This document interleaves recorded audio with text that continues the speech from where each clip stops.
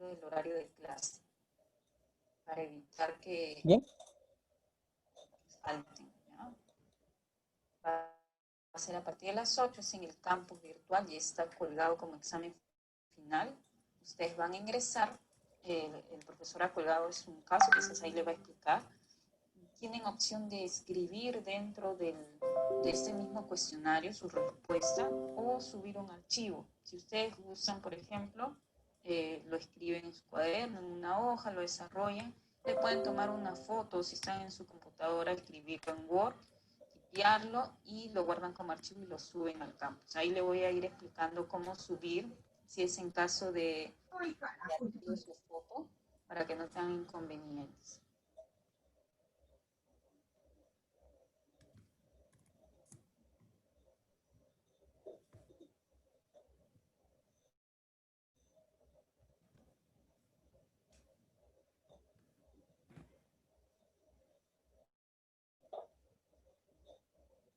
Bien, permítame entonces compartir la pantalla para hacer el repaso general de los puntos que va a estar el tema de la evaluación del día de hoy.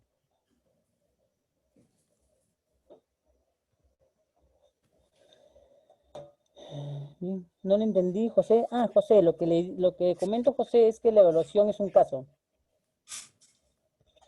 Es un caso. La evaluación es un caso. Donde se narra un suceso en el cual todos los puntos que se han tratado, usted debe resolver la incógnita, ¿no? Siempre se le plantea una incógnita. Y entonces, en base a esa incógnita que se le plantea una pregunta, en esa pregunta o en esa afirmación, tiene que dar, ¿cómo se llama?, su respuesta. Lo puede hacer en una hoja, creo. Bien, déjeme compartir pantalla para ir avanzando entonces el tema del día de hoy, ¿no?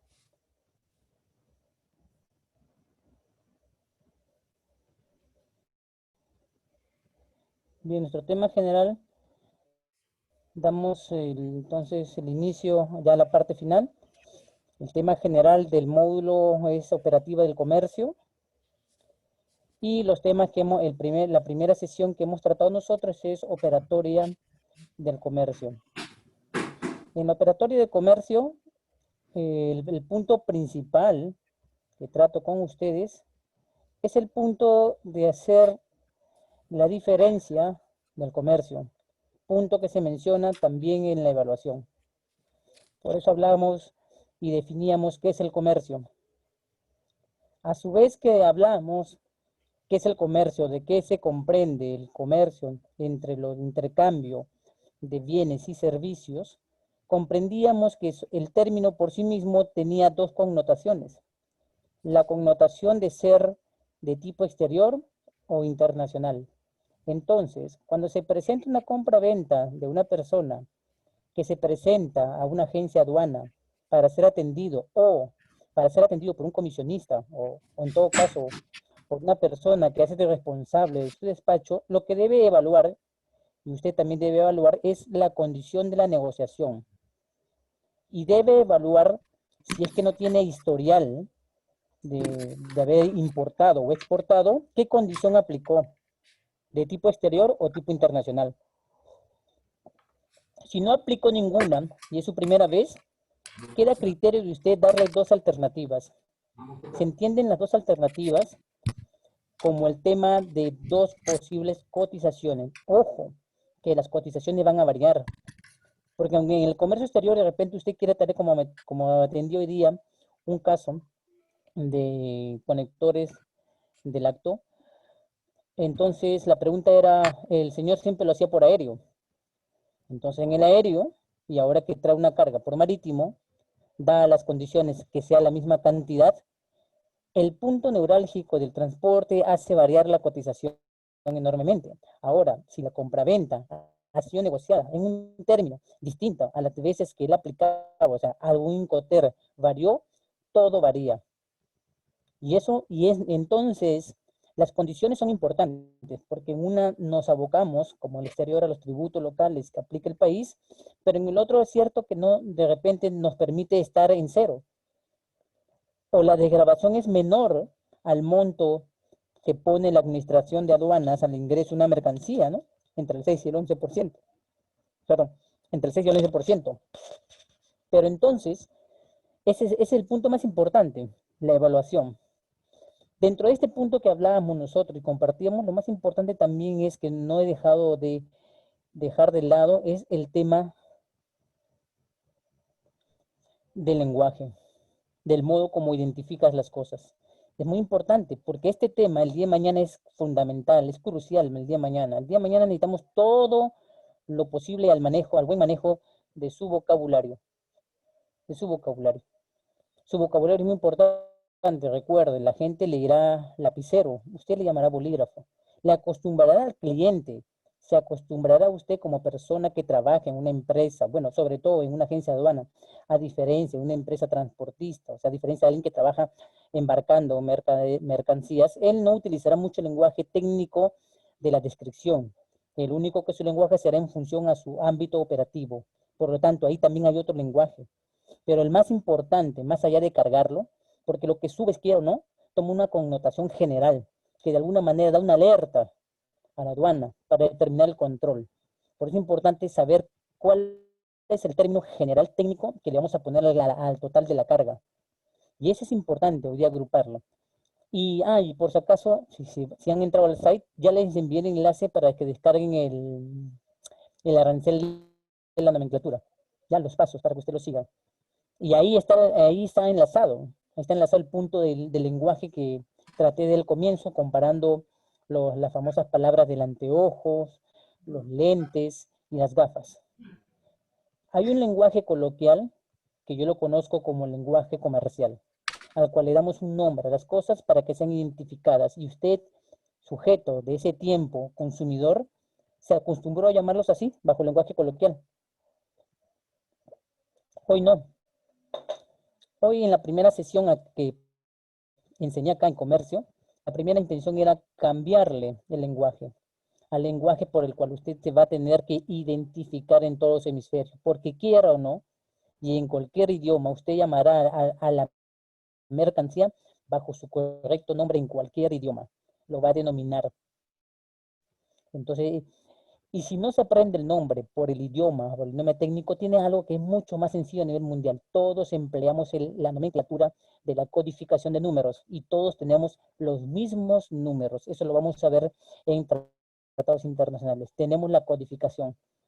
Y nos entendemos, si no puedes por el lenguaje, nos entendemos por los códigos. Y los códigos son universales, eso no los cambian. Son 164 países metidos en este negocio del comercio. Entonces, todos tenemos eso. Y el dinero, sí, un punto muy importante que hablábamos en los medios, en los métodos de forma de pago, la divisa, no la moneda. La moneda de un país puede ser un medio de transacción, pero a una divisa puede ser una pérdida, porque de repente estás pagando más por la divisa. Entonces, no te conviene ver la moneda, te conviene entender la divisa, porque con la divisa es la que vas a ganar. Tienes que jugar en el comercio con las divisas que los países negocian, pero también evaluar si la situación de la divisa es imponible, es impositiva. Y en el caso peruano, el dólar americano es impositivo para el cálculo de tributos. Entonces, por tanto, es un buen juego tener en cuenta el dólar de América, de los americanos, porque hay el dólar canadiense, como le dije, el dólar de acá de Hong Kong, el dólar cercano de los ecuatorianos. Entonces, hay 21 tipos de dólares, pero no todos son divisas. Entonces, en el comercio exterior, como el comercio internacional, entendamos que en el exterior negociamos bajo los tributos peruanos al ingreso. Y en el internacional, con los acuerdos suscritos por el Perú, los vigentes, los tratados vigentes. Entonces, en ese punto tenemos ya muy en cuenta el tipo de comercio, pero no perdamos de vista a este punto que el elemento que hace su tránsito hacia la salida de un país de exportación hacia un país de importación se llama mercancía. Estaba en mercadería hasta un punto. Cuando hizo su vida, estuvo dentro de los medios de transporte y salió del país, de las fronteras, se convirtió en una mercancía. Y con ese nombre entra para ser identificada y uno encontrar el tipo de comercio que usted ha aplicado. Bien, ¿hasta aquí alguna pregunta? ¿Alguna pregunta?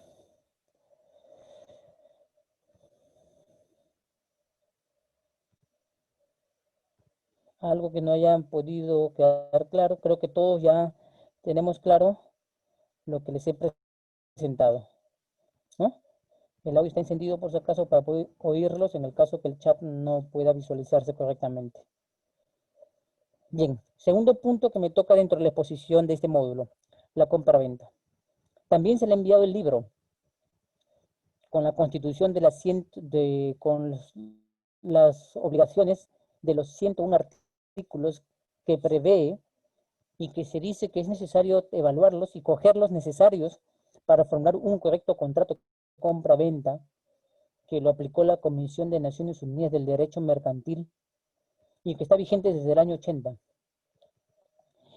No pregunto en las evaluaciones yo nunca fechas históricas, porque no es trascendente a estas alturas, donde el comercio es muy dinámico, remontarnos a la parte histórica. No, nunca me voy a la historia. No hay cuándo se inició la compra-venta, qué países lo suscribieron, nos vivimos el hoy. Y como el hoy lo que me interesa en la compra-venta es que usted en verdad identifique cuándo realmente es una compra-venta, cuándo lo es, para poder entender que su naturaleza debe dividirse entre un aspecto personal y un aspecto comercial. Y eso es lo que pasa, que justamente también me tocó a despacho una carga donde venían los smartwatch, ingresaron y la persona estaba desesperadamente preguntando qué pasa por el pronunciamiento de la administración. Y muchas veces, aunque tu carga puede ser de índole personal, porque sabemos que esta no, de alguna manera, no afecta a la economía del país, esta puede ser observada por las condiciones en las cuales atenta contra los derechos de propiedad, contra los derechos de propiedad industrial, intelectual, y que por tanto deben ser como tal, según vamos a ver en las siguientes clases, inmovilizado o incautado, y en su defecto, si es ilegal, todo incomiso. Por tanto, la compra-venta es un acuerdo de voluntad libre entre dos personas, pero ahora nos remontamos a la palabra legal. En el contrato de compra-venta se le dicen las partes, y las partes se identifican, cada uno siendo comprador y siendo vendedor. El comprador debe ser identificado, ya sea bajo su condición de empresa y la nuestra como empresa, o viceversa, el una persona y nosotros una empresa, o en igual condiciones, ¿no? Persona a persona. Pero lo importante en la compra-venta es que hay un documento de compromiso de obligaciones, que, ojo aquí, hemos dicho que existe un principio universal en el derecho de la compra-venta internacional, que es el principio contractual. Quiere decir, nosotros ponemos los términos que necesitamos para que se cumpla exitosamente lo que queremos negociar. No es impositivo los 101 artículos. Se adecúan a la necesidad de nuestras empresas, de nuestros negocios o emprendimientos, como queramos negociar. Pues esos términos deben estar claros. Y es por eso que ahí se debe señalar la obligación del vendedor, la obligación del comprador. A las partes identificadas como comprador y vendedor se les debe identificar. Nos debemos identificar nombre. Pasa muchas veces que un problema se ocasiona como esto. Hay personas que no les gusta usar su segundo nombre porque se llama de una manera coloquial, una manera de lugar, ¿no? Una manera familiar. Y cuando emiten sus pedidos, lo emiten con un nombre, omitiendo el real o la real situación de la persona. Si tenemos tres nombres, si tenemos dos, si tenemos uno. Pero no se puede omitir porque legalmente no eres tú. La gente dice, sí soy yo. No, sacas tu documento, identidad, y no eres tú, pues te falta un nombre. Entonces ahí vienen los pequeños problemas que la mayoría no lo entiende, que lo voy a tratar mucho en legislación, esto sí con severidad, porque se necesita cambiar el pensamiento de que del otro lado uno está equivocado o impositivamente está poniendo cosas que no son. Por eso la compra-venta es libre y se entiende. Lo que pongas en tu contrato no podemos cambiarlo. Es la forma como acordaste. Tú acordaste que tu compra sea personal o comercial, pero acá debemos individualizar y decir cuándo es compra-venta, cuándo se convierte en una acción de compra-venta y cuándo algo es personal. Eso es importante la compra-venta. Además, hay que poner todos los puntos en claro. He dicho que si no hay contrato de compra-venta, podemos tener manifestado solamente un documento de comprobante de pago, como lo hicimos en Perú, que es la factura comercial. Pero en la factura comercial nace poner los incoterms, nace poner el término de entrega, que lo hemos ido negociando en el momento que hemos estado conversando por WhatsApp, vía correo y mail, o en la página web, a través del mensaje instantáneo, el correo de mensajería ahí. Entonces, pero sí hemos pactado.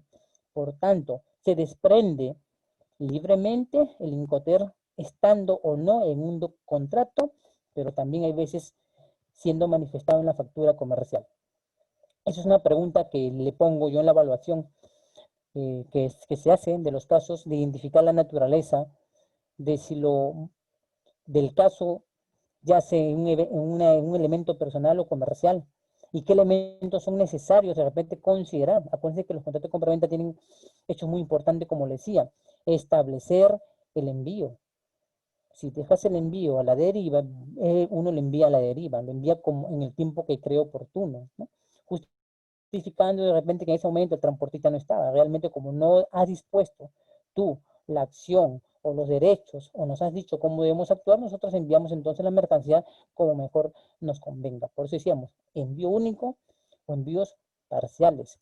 ¿Pueden afectar la parte tributaria? Sí, pueden afectarla, porque necesariamente vamos a ver en gastos cada vez que la mercancía se usa en un depósito temporal aquí en el país. Entonces, en la compra-venta, nos denominamos las partes y estamos en el contrato de compra-venta. Si no lo hay, aparecerá en el documento comprobante pago, aparecerá el comprador y el vendedor. Pero ¿cómo estarán suscritos comprador y vendedor en la parte documentaria? Comprador y vendedor estarán suscritos en la parte documentaria de su ámbito como consignante y consignatario. Por eso es muy importante que usted por ahora procure poner el lenguaje que mejor se entienda en el ámbito que queremos expresar o situar el momento exacto de nuestra intención. Si estamos en compra-venta, si estamos en tránsito, si estamos en parte de desaduanamiento, etc. Pero aquí eso es importante. Ahora, los Incoterm son reglas, no son leyes. Los Incoterm nacen de la libre disposición que tuvieron hace muchos años los comerciantes. Quienes compramos, hacemos el mercado, no, de local, de los supermercados, de los delivery o de cualquier otra forma donde vayamos a adquirir, perdón, un elemento para nuestra necesidad, entonces estamos haciendo el acto de compra-venta y estamos fijando, quiera o no, indirectamente un Incoterm. Estamos diciendo, o me lo envías, ¿no? Como es ahora, ¿no? Tienes algo que comprar en un eBay y dices, bueno, envíamelo mejor. O yo voy a un punto y lo recojo. Estamos tratando el Incoterm. El Incoterm solamente son 3 letras.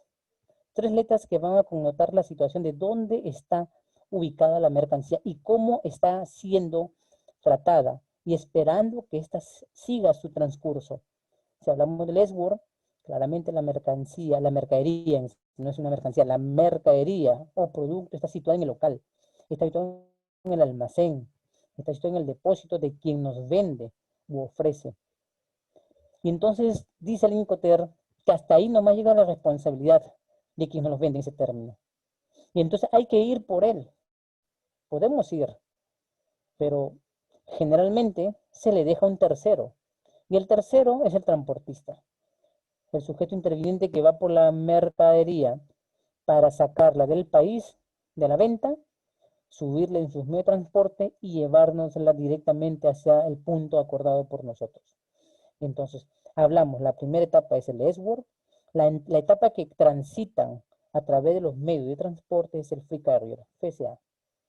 La mercancía, según los Incoterm, bueno, no voy a utilizarlo mucho, los antiguos, pero es posible que la mercancía sea situada dentro de los aposentos o recintos para ser recepcionados, contabilizados y tener en cuenta el plano de estiva o la situación de acomodar, apilar, acondicionar las cargas para que éstas suban a los medios de transporte. Estamos en el FAS.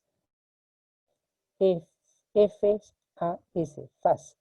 Una vez que la mercancía toma posesión o es subida, es conducida, estivada, acomodada, apilada en los medios de transporte, estamos identificando el FOB. Pero aquí nos detenemos un poco.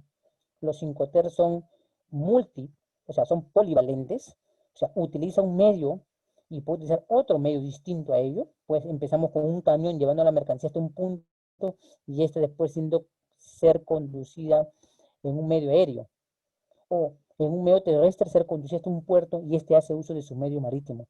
Por eso que ahí identificamos que el FOB no pertenece directamente al plano de la polivalencia, sino que pertenece al plano marítimo. Importante, decimos que el FOB es marítimo. La mercancía sube.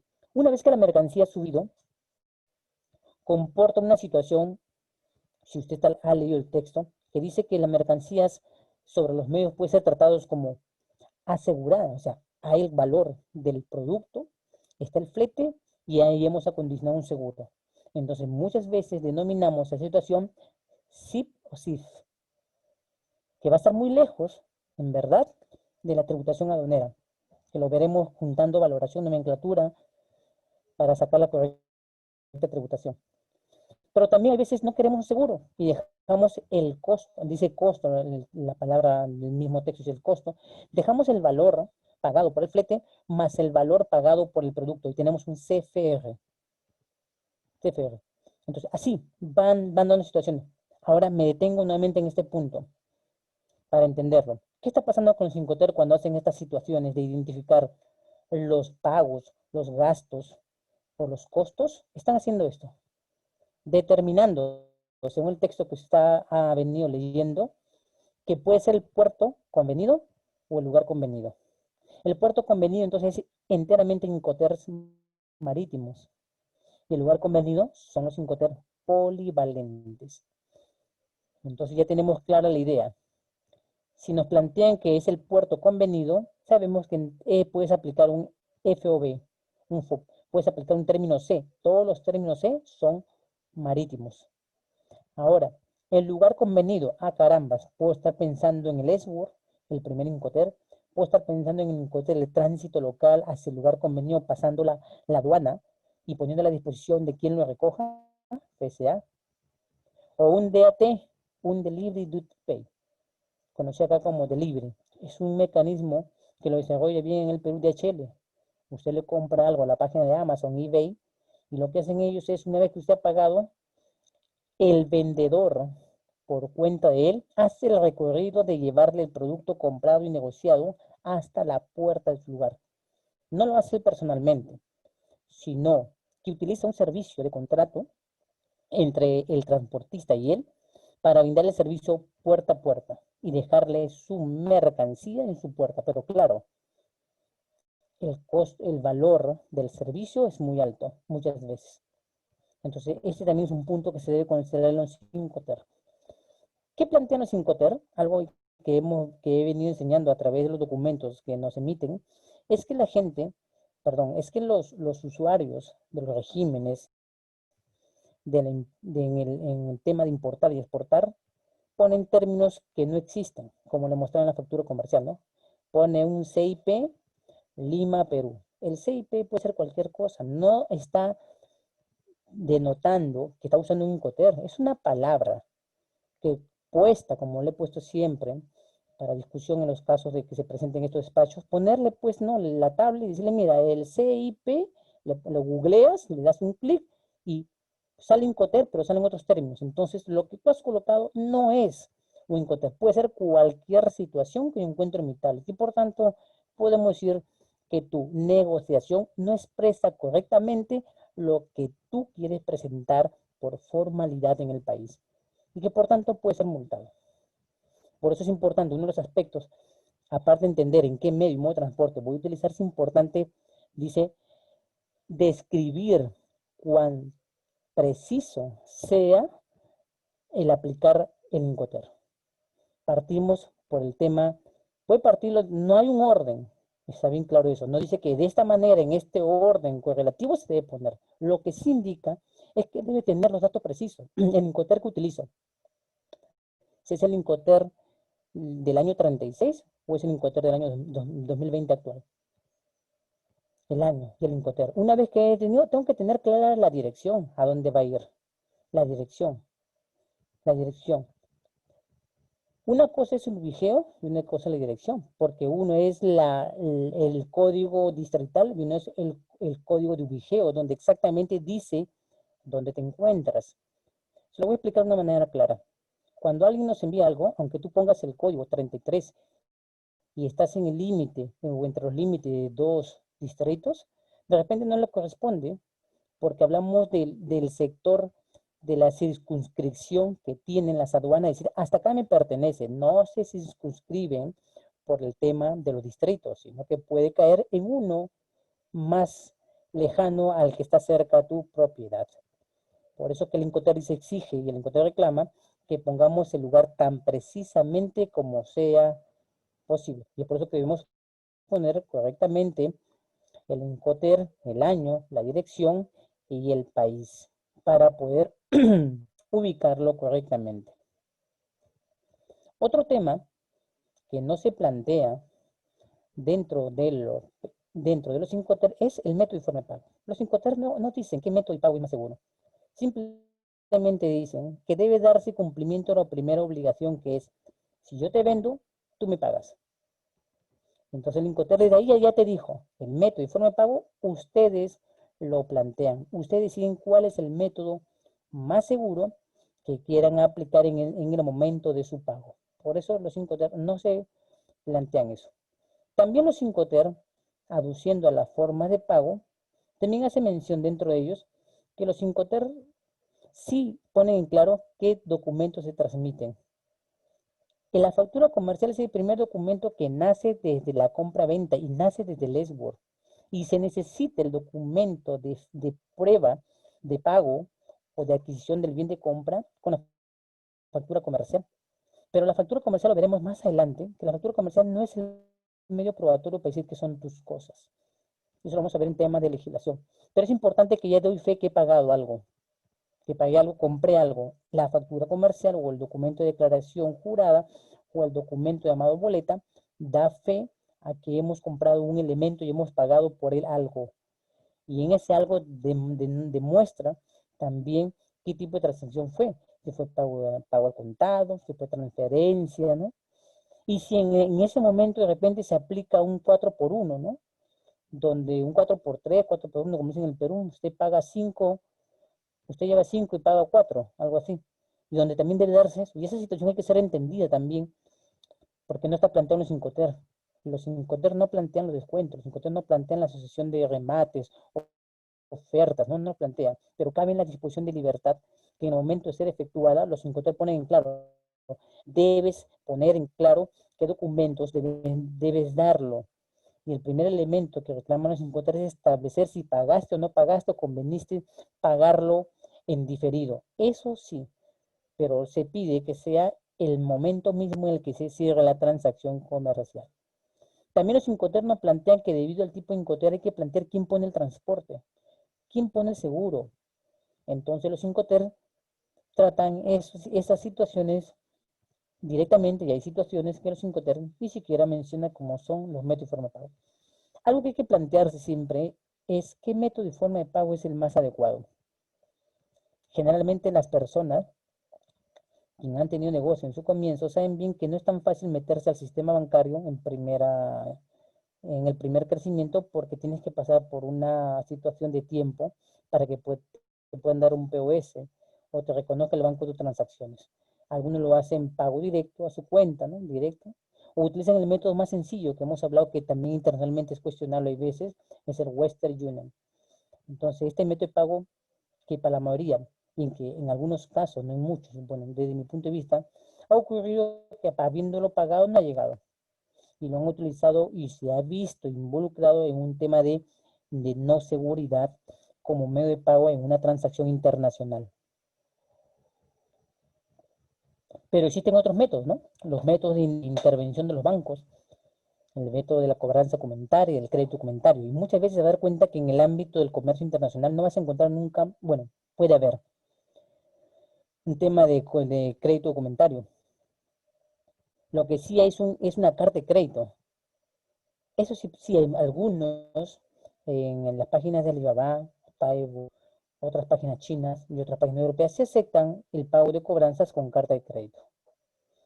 Y en ese aspecto hay que tener en cuenta que ya tenemos otra forma.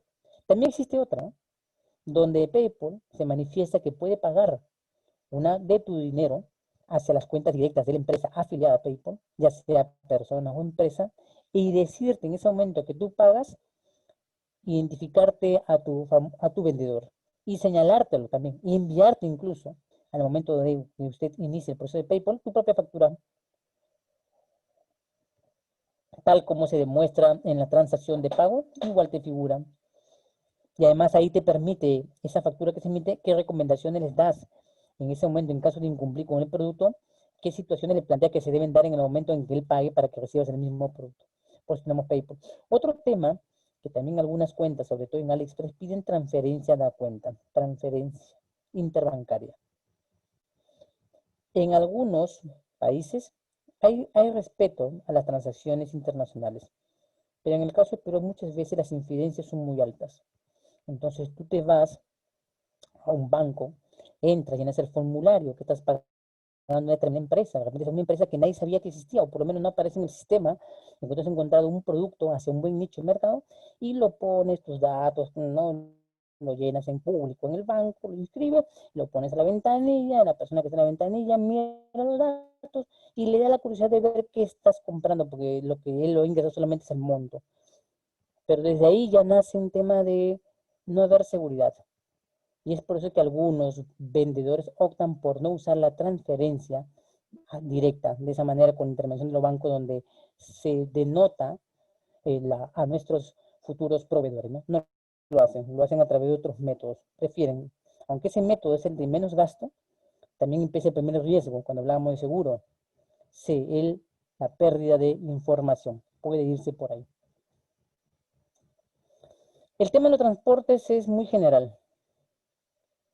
Los temas de transporte en el mundo son varios, les he mostrado, ¿no? Lacustres, fluviales, ferroviarios, pero siendo realista con el Perú, existe solamente y se utiliza muy fuertemente el transporte, empezar por el marítimo, el aéreo, y en los casos de traslado de mercancías entre los países subregionales, el transporte terrestre, que sí hay una disposición legal de tránsito aduanero interregional a través de la CAN, ¿no? Y que sí existe, pero que es muy poco visto en la mayoría de empresas. Ahora, una vez que nosotros tenemos claro qué medio y modo de transporte vamos a utilizar, no perdamos de vista que dentro de los medios de transporte va a ir nuestra mercancía. Entonces hay que pensar, les decía en ese momento que hacía las exposiciones, que la mercancía tiene que tener un uso adecuado, tiene que tener un acondicionamiento adecuado. Quiere decir, poder hacer entrar en el espacio interno que nos ofrecen todas nuestras cosas. No vaya a ser como mudanza local que todo, metes todo y te queda todavía cosas fuera que no puedes cargar. En el transporte tienen que ser exactas, más que todo de tu parte. Tienes que acondicionarla. Entonces vamos a ver, he expuesto de manera general, no lo he desarrollado porque no es el tema, de los envases, de los empaques y de los embalajes. La situación que nos prepara para poner nuestras cosas en el medio de transporte es la del envase y el empaque. Cuando hace su uso del traslado, entonces utilizaremos los embalajes, que lo identifican más a la logística y a la salida de las mercancías. Entonces tenemos los contenedores, ya sean marítimos o aéreos. Una vez que está ahí, no olvidemos de paso que había dicho que hay que observar algo importante de las empresas de transporte, es el tiempo, el tránsito, el tipo de servicio. No perdamos también de vista la frecuencia, porque es muy común en el país, aquí en el Perú, y se ven los paraderos, cuando usted va a un paradero común y dice, ¿a qué hora pasa la línea? Bueno, suele pasar entre las 7 y las 8, cada 10 minutos pasa. Lo mismo he puesto como una observación general que debe tomar uno en cuenta. Yo preparo un embarque de uvas, no voy a buscar pues en ese momento, llamar en esos días a un señor embarcador para decirle si hay espacio o tiene servicio para que envíe mi producto a otro país. El producto está oxidándose, el producto está empezando a perderse, está empezando a perder calidad. Uno antes debe coordinar el justo a tiempo. El producto en el momento correcto, en el lugar correcto, en el tiempo correcto. Es una filosofía de los japoneses. Entonces, lo mismo acá en el país, tener consciente de que qué medio de transportes llegan a ese lugar, cuál es la frecuencia y cuál es el precio del flete y de los servicios y recargos que nos van a poner. Pero ¿por qué es importante este punto del transporte que decía el itinerario? Porque al hacer muchas paradas, como si fuese una línea de acá del Metropolitano, creo que la línea B, algo así, donde se para en cada estación de la línea, para una, dos, tres, Dios. El tiempo es lejano y la pérdida también. Lo mismo puede pasar con el transporte. Para de puerto en puerto, recogiendo las consolidaciones de carga y al final llega un tiempo determinado que tú no tenías previsto o imprevisto. En un puerto puede tener, no como unas líneas, ¿no? Que se ven acá en el país donde paran para ciertos tramos grandes de paraderos y hace muy efectivo su llegada, más oportuna. Bueno, en el tránsito local es un mismo precio de los servicios, de lo que hay que esperar, pero en el transporte internacional no se aplica lo mismo. El que paga más puede tener las mejores condiciones de servicio. Los demás lo harán, como dicen los transportistas, a manera de agrupamiento, todos en un solo contenedor esperando el tiempo, ¿no? Por eso un punto importante, recordemos lo que le decía del transporte. También es bueno en el transporte conocer, ya que conocemos el tránsito, la frecuencia, el itinerario, los servicios, los recargos, el acondicionamiento, no perder de vista en el transporte si nuestra mercancía es una mercancía peligrosa. No nos van a cobrar igual como llevar una carga general, que si puede ser ropa o otros elementos. No nos van a cobrar igual. Y por tanto, entonces, el precio de llevar nuestra mercancía en un medio de transporte se va a incrementar. También hago uso mucho de los códigos, porque son los códigos los que vas a ver. Si vas a trabajar en una agencia de aduana, en una agente carga, mucho código. No hay mucha escritura, no es curso de literatura. En el tema de comercio empleamos mucha codificación. Y aquí vamos a decir que el 118 es la marítima del Callao, que la 245 es la aérea del Callao y la 244 es la terrestre o postal del Callao. Entonces, todos los puertos de carácter internacional de mercancías tienen codificación. Por eso la mercancía hará uso de un medio y modo marítimo, pero debe llegar a un lugar que lo identifica como un 118, un 235 o un 244. Por eso hablamos de códigos, porque en legislación vamos a hacer uso mucho de los códigos, no de las palabras. Los códigos van a decirnos qué estamos aplicando. También este es un punto que lo pregunto en la evaluación que le he dejado en el sistema. Dentro del tema de los seguros, planteamos tres cosas. Que en las tres situaciones, que solamente dos situaciones ven el riesgo. Una de las tres no ve el riesgo. No trata de riesgo, no indemniza nada. Los Incoterm C y F, C y P, sí van a indemnizarnos. La póliza también va a indemnizarnos. El que no nos va a indemnizar es la tabla porcentual para seguro de ese denominado 6%, 11%, cuando tú utilizas el comercio exterior peruano. Ahí no te van a dar ninguna indemnización. Lo que vas a tener que hacer es tú formular o presentar una carta de no seguro, quedándote con la responsabilidad si sale el tema de tu mercancía con algún daño, siniestro, robo, pérdida, hurto o haya sufrido alguna eventualidad en el transporte de averías gruesas, ¿no? Averías particulares, llamados sacrificios. Entonces, eso la tabla porcentual no cubre. El objetivo de la aduana de decirle póliza o decirle seguro es porque quiere equiparar que para el tributo peruano se necesitan tres elementos principales para dar valor en aduana. Ahí tenemos dos que cubren seguros. Los de cobertura mínima son los que ofrecen los Incoterm, como veíamos el caso anterior de una negociación. Y además acá en la póliza sí es una compañía que hace el uso del servicio de las mercancías de darnos una indemnización según el tipo de mercancía, según el tipo de Incoterm, según el país, y nos da una indemnización respectiva. Acá en el Perú tienes muchas opciones, podrías escoger cualquiera de las empresas, sobre todo escoge las que siempre he dicho, las que cobran siempre menos y no nos recargan tampoco dando servicios. Eso es importante. Y tenemos como parte final casi el tema de los mecanismos reguladores. Aquellos mecanismos que los países ponen para el ingreso de sus mercancías o sus salidas. En algunos países se cobra el ingreso con los tributos. En otros países, como Perú, en el caso, no se aplican pues tributos a la salida a las denominadas exportaciones. Las barreras son de dos tipos: barrera arancelaria y barrera no arancelaria. La barrera arancelaria tiene una directa correlación con el comercio exterior. ¿Por qué? Porque al aplicar comercio exterior, la barrera arancelaria que te aplican es la del arancel, la del pago establecido en los aranceles según el tipo de producto.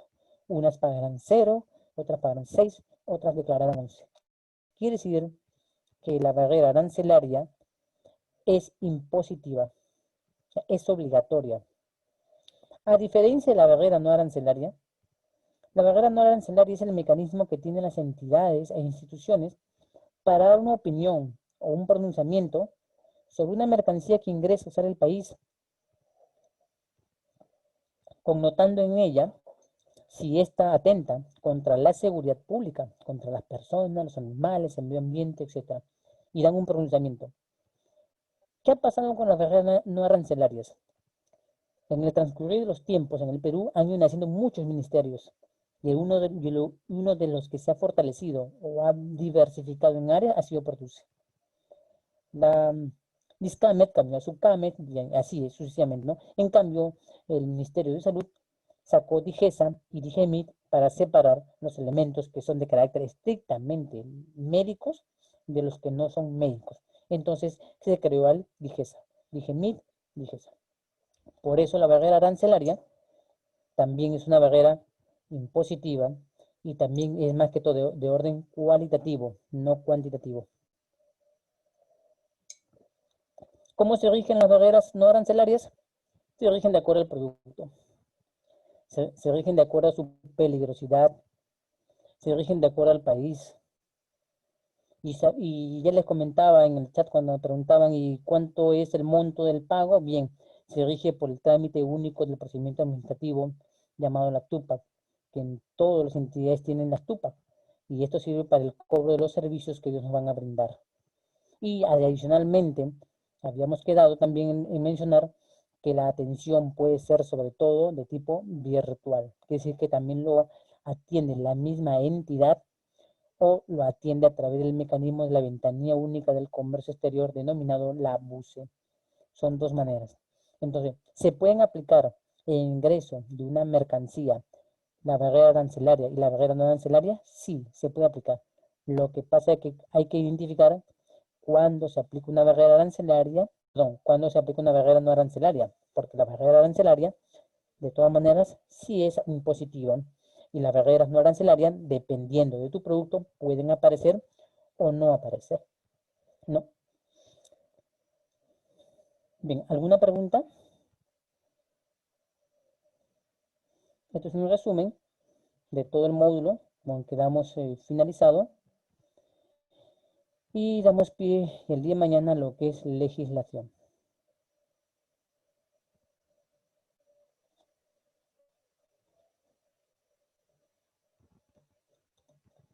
¿Alguna pregunta, por favor? Algo que no haya quedado claro. El día de mañana, recordemos, por favor, que estamos iniciando legislación. Les he enviado el PDF que he descargado de la página de la SUNAT sobre la ley de aduanas y su reglamento para que podamos adecuarnos. Ya se le ha venido invitando a que por favor lea el vocabulario que ha establecido la aduana para poder entendernos en el momento de aplicar las situaciones de su ámbito a cada mercancía que se dé. Y el día de mañana sí haré uso mucho de la terminología. Espero que pues me pueda seguir o entender para poder entonces continuar con las sesiones, porque son cortas y los temas son muy extensos, y eso extenso se puede resumir si manejamos el vocabulario apropiadamente. ¿Preguntas? ¿Una pregunta? ¿Alguna duda al tema?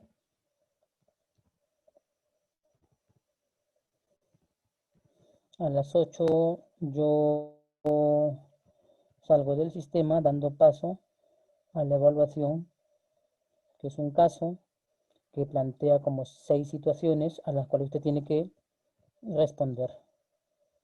Y son de todos los temas que he tratado aquí, los temas.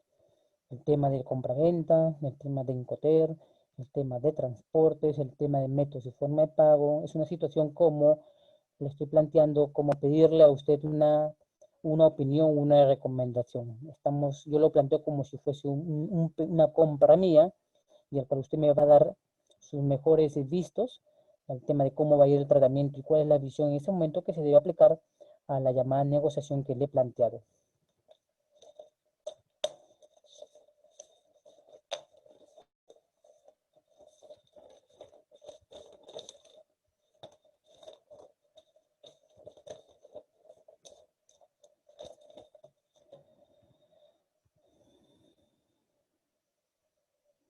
¿Alguna pregunta, por favor?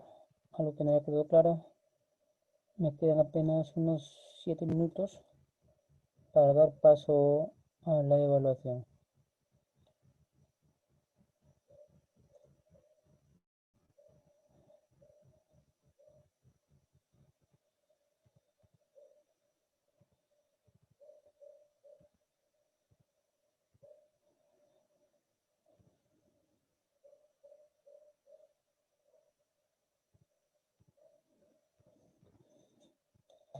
¿Hay alguna pregunta, por favor? ¿Algo que no se ha podido... A ver... A ver... Estoy viendo el chat.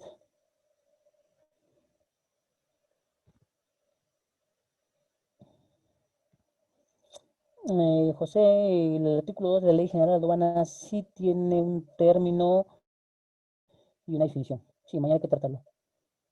Si mañana se empieza fuertemente con eso, sí, eso me va a ayudar en las 9 sesiones a poder manejar un vocabulario uniforme.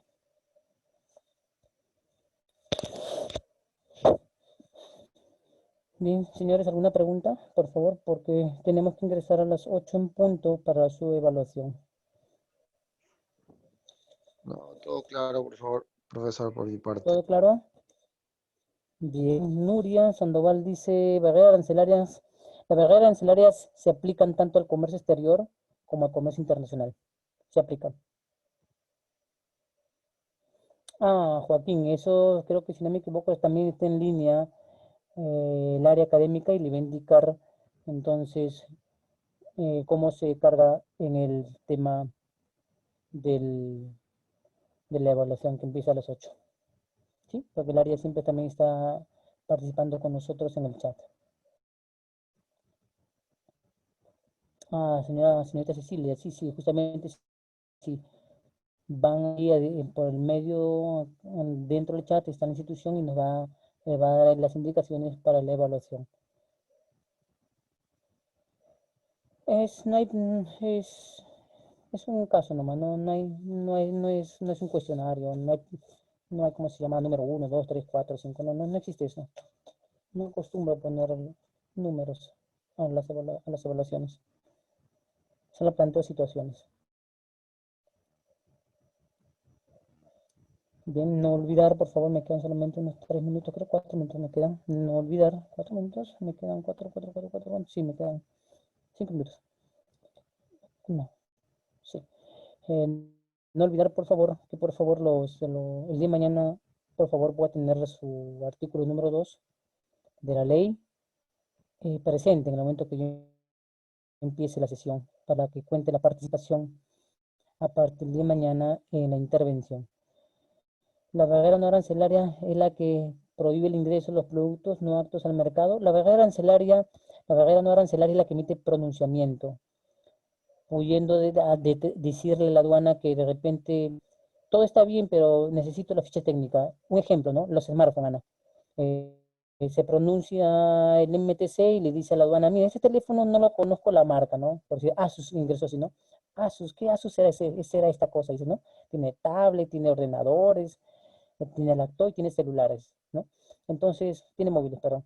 Entonces, ¿qué pasa? Le dice a la SUNAT, mira, ha ingresado, pero yo no sé si este elemento que ingresa se adecua pues a la banda de frecuencia nuestra, ¿no? Y todos los teléfonos chinos están pues en 5G desde que nos enviaron al Perú desde los años, de hace 3 años, ya estaban preparados para una red de banda muy superior a la que tiene el llamado país de Perú, muy amplio, muy amplio. Entonces, de repente, algunos han planteado que es un mecanismo muy burocrático, pero el pronunciamiento de ellos es más que todo documentario. Y ya depende de la administración de aduanas, con la opinión de consulta, o las opiniones que lanzan las entidades con la barrera no arancelaria, de decidir su ingreso o simplemente su prohibición.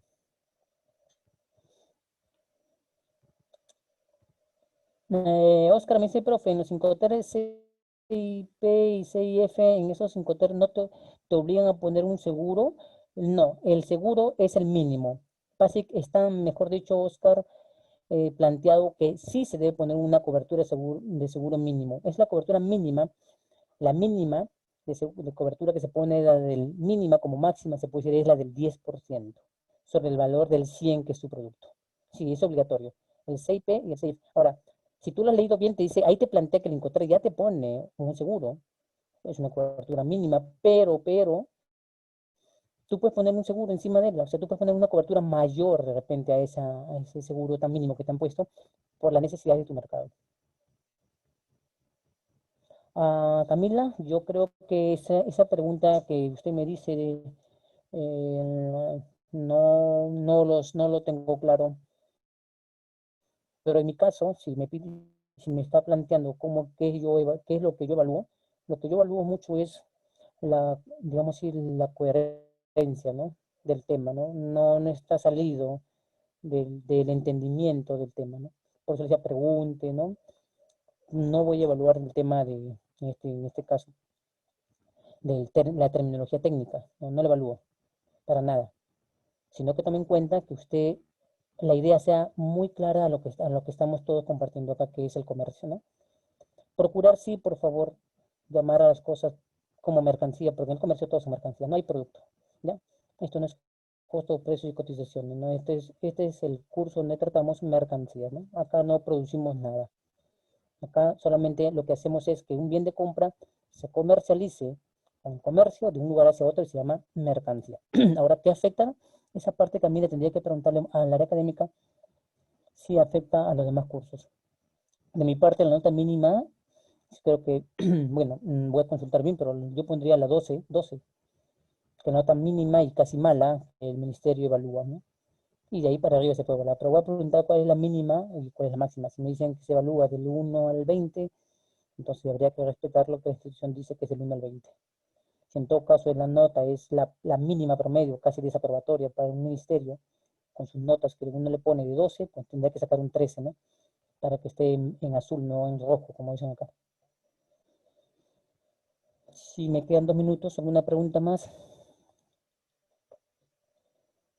2 minutos, ¿alguna pregunta, por favor, por el chat?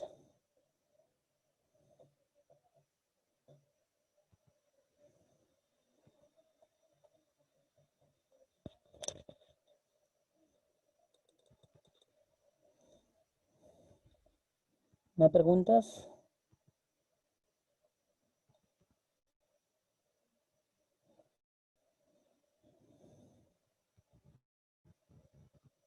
Bien, no olvidar, ya me queda casi un minuto, no olvidar para mañana tener en mano su ley general de aduanas, ¿ya? Puede tenerlo desde un tablet, no necesita imprimirlo. El tema es que lo tenga de manera virtual, si es posible, pero que me dé seguimiento. Si menciona un artículo, usted le puede dar una lectura y entender de qué estoy tratando. Sí, diga. Sí.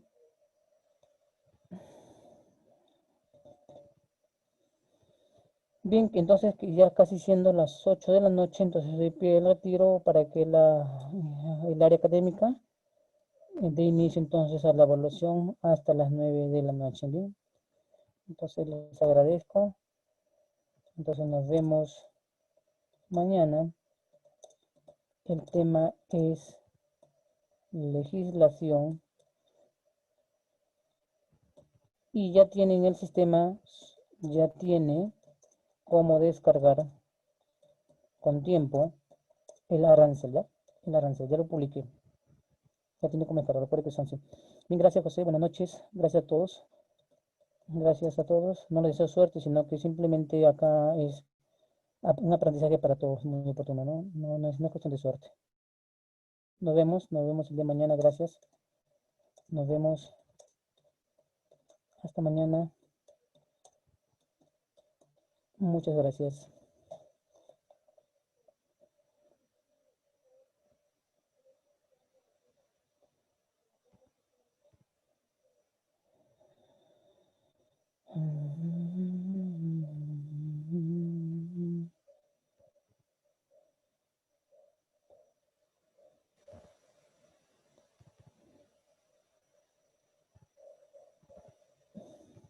Axel, sí, pero déjeme, verdad, antes de que se corte, caramba, es un bolígrafo, bueno, un marcador, acá tengo un marcador. Y si voy a tomar el examen, está en el campo virtual de Banex. Sí, Marta nos informa, sí, gracias Marta. Está Marta, está Axel, está José, Cecilia, está Jorge, gracias, Jorge, José, Ana, ¿quién más? Jorge Soriano. Oscar, me olvidaba. Oscar, gracias, sí, Jorge, gracias. Ya, José Castillo, gracias. José Castillo, Ana, ¿quién más, por favor? Somos 17. 1, 2, 3, 4, 5, 6. Tengo a 7, me faltan 10. Joaquín, gracias, Joaquín. Ya, ¿quién más? Joaquín Noriega, gracias. Oscar Parano, ya está, listo, gracias. Sebastián, ¿ves? Sebastián. Ya, por favor, ¿quién más? Sebastián, Camila. Disculpe, Camila. Ya está muy agradecido, Camila. Gracias. Ya, me faltan todavía más. Faltan. Tengo 1, 2, 3, 4, 5, 6, 7, 8, 9, 10. Y tengo en línea creo que 14 o 17. Por favor. 14, 17. Sí, tengo 13. Tengo 10. Me faltan 3. Menciono los que están en lista, sí, por favor, antes de cortar. Camila, Sebastián, Joaquín, Marta, Axel, Cecilia, Jorge, José, Ana y Oscar. Nadie más tengo en mi lista. Carlos Eduardo está apagado, ya, pues estaba en el sistema, ¿no? Carlos Eduardo, gracias, Oscar, gracias. Ya, listo, entonces doy mi retiro y bien, doy paso al examen, ¿sí? Gracias a todos.